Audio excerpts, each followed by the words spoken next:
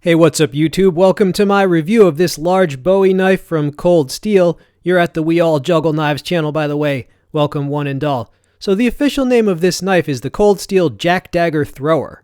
Jack Dagger is actually the name of the designer of the knife, right? His name is Dagger. He's a famous thrower, all right? But the knife itself is a Bowie. I am going to review this knife as a large camp knife and as a throwing knife. This was only $15. And that's one thing I like about it. The price is unbeatable. Now this is a real knife, make no mistake, even though you can throw it and it will stick, as we will see. This has some decent edge length, right? The blade length is 7 1/2 inches. It is 1055 mid-carbon steel.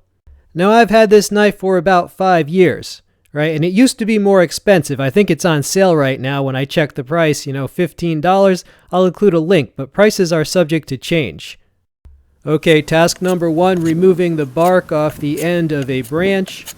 I'm going to show this doing just some mundane type tasks that you might do at a camp, right? Maybe you're going to strip off the bark and then carve it further into a skewer and roast a hot dog over a campfire or something. But there you go. It's good at removing the bark. Here it is just cutting some paracord. You have to cut paracord to size to lash something up or together. There's your paracord, so it cuts it well. Next task, chopping a notch into a branch. This is a big heavy knife and you can use it to some extent as a small hatchet. Right, so it quickly can chop a V notch into a branch. Perhaps you need to fit 2 branches together. Here is branch number 2. Another branch, another notch.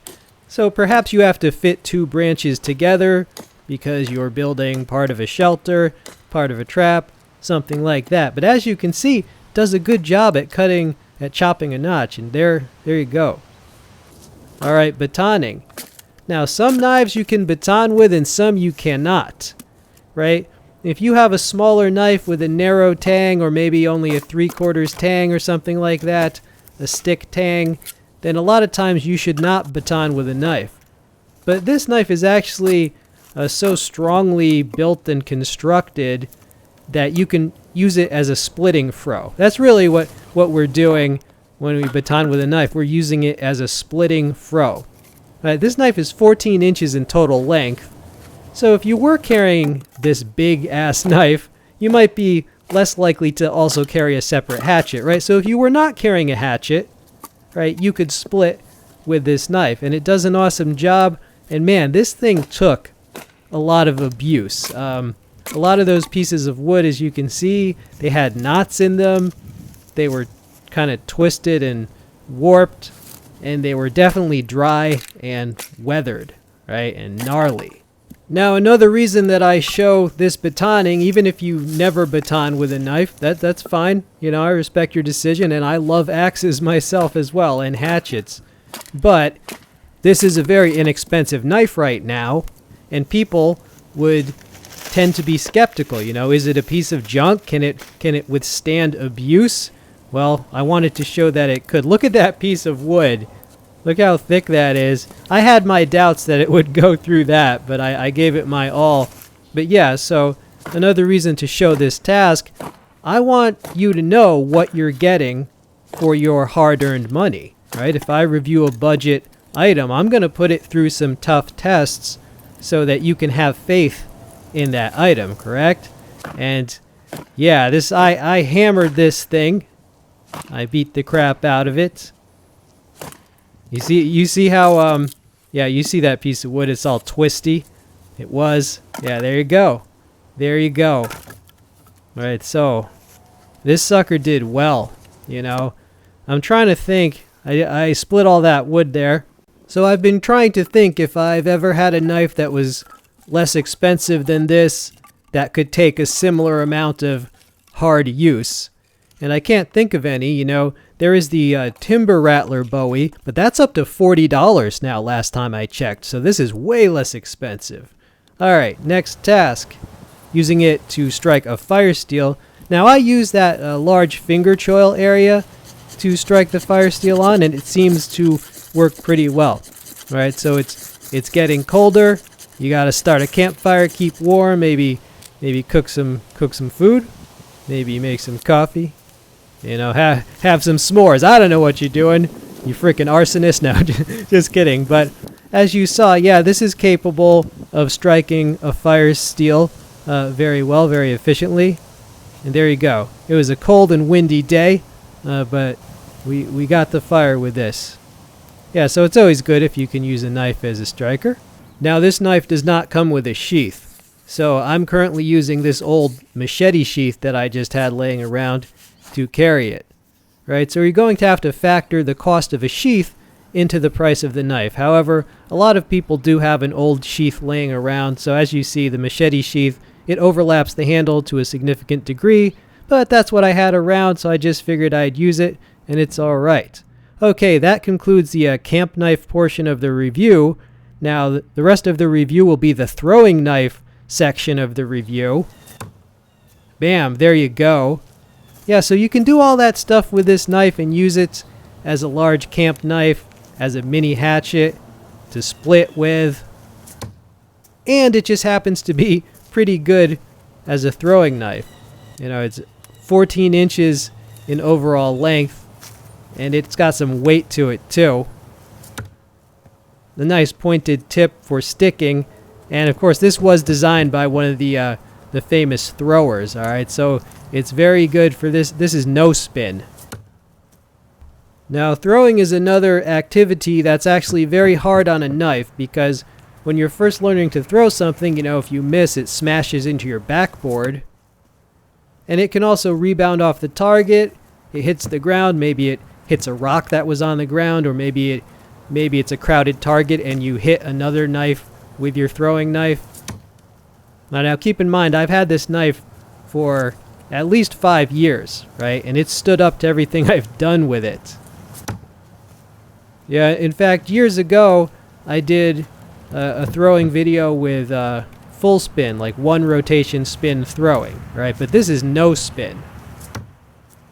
Yeah, since that time, I've learned the arts of no spin. Oh, by the way, this whole session, unedited. No editing at all. Okay, you're seeing a legit, just a real training session. All I did was press record on the camera from what I normally do. Yeah, so there's no edits. I wanted to try to demonstrate consistency, both as a challenge and to show the ability of the knife. Right, because it's a lot easier to be consistent with a throwing knife that's well designed. Right, it's always good to have good equipment, and then you gotta practice. It's also a lot of fun, though. It's great recreation. You learn focus, kind of like shooting. Bam. Yeah, it's just good, clean fun. I live for that thunk. You hear that thunk? But I hope you're all doing well these days. I'm doing pretty good.